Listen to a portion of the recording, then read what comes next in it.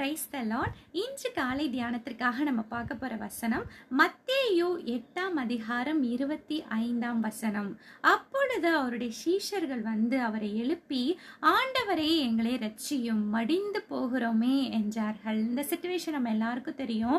ஆண்டவரும் அவருடைய சீஷர்களும் படகுல போகும்போது ஆண்டவர் அந்த படகுல நித்திரையா இருக்கிறார். அப்போ பார்த்தீங்கன்னா பயங்கர காற்று, பயங்கர மழை, பயங்கர ஒரு தடுமாற்றம் அந்த படகுல ஏற்படுது. சீஷர்கள்லாம் பயப்படுறாங்க, என்ன பண்ணலான்னு பல பேர் யோசிக்கிறாங்க.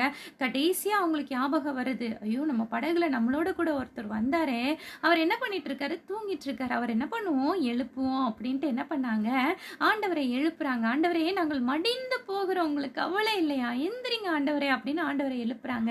ஆண்டவரை எழுந்து அந்த காட்சியும் கடலே அமர்த்தினார். சில நேரத்துல நம்மளோடு கூட ஆண்டவர் இருக்கிறாருன்றதை மறந்து நம்மளுடைய சூழ்நிலையை பார்த்து நம்ம கலங்குவோம். சீஷரை போல, ஐயோ காற்றடிக்குதே, ஐயோ மழை வருதே, ஐயோ புயல் வந்துருச்சு, என்ன பண்ண போறோம் அப்படின்னு நம்மளே நம்ம என்ன பண்ணுவோம், பயப்படுவோம். நம்ம கூடயே ஆண்டவர் இருக்கிறாரு. நம்ம என்ன பண்றதில்ல, ஆண்டவரை எழுப்புறதில்ல, ஆண்டவரை கூப்பிடுறதில்ல.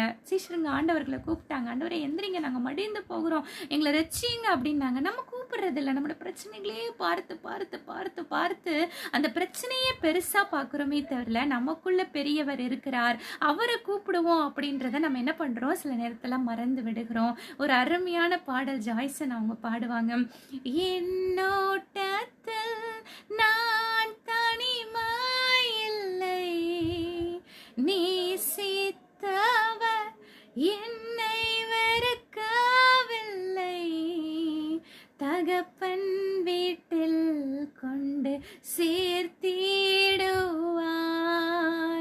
நம்புவேன் இறுதி வரை, நம்புவேன் இறுதி வரை. உங்க ஓட்டத்துல நீங்க தனிமை கிடையாது, ஆண்டவர் உங்களோடு கூட இருக்கிறார். அவரை கூப்பிடுங்க, உங்க வாழ்க்கையில அதிசயம் நடக்கும். ஒரு நிமிடம் கண்களை மூடி ஜெபிப்போமா. ஆண்டவரே, இந்த அருமையான விலைக்காக உமக்கு நன்றி அப்பா. நீங்க இந்த படவுல நீங்க இருக்கிறீங்கப்பா. ஆனால் நீங்க இருக்கிறத நாங்க மறந்துட்டு சீஷர்கள் எப்படி வெளியே இருக்க சூழ்நிலையை பார்த்து பயந்து கலங்குனாங்களோ, நாங்களும் அதே போலதான் இருக்கிறோம். நாங்களும் உண்மை பார்க்க, உண்மை கூப்பிட அப்பா. எங்க வாழ்க்கையில இருக்க பிரச்சனையை நீங்க அதட்டினீங்கன்னா அது அப்படியே போயிடும் அப்பா. அந்த காற்றும் மழையும் போனது போல எங்கள் வாழ்க்கையில போய் ஒரு அமைதல் உண்டாகும் அப்பா. நீங்க எங்களுக்கு உதவி செய்யுங்க, நாங்கள நோக்கி கூப்பிடுகிறோம் அப்பா. நீங்க இறங்குங்க அப்பா. உம்முடைய கரத்தில் ஒப்பு கொடுக்கிறோம். இயேசு கிறிஸ்துவின் நாமத்தில் ஜெபிக்கிறோம் நல்ல பிதாவே, ஆமென். உங்க வாழ்க்கையில ஆண்டவர் அற்புதம் செய்ய வல்லவராயிருக்கிறார். Have a nice day. Thank you.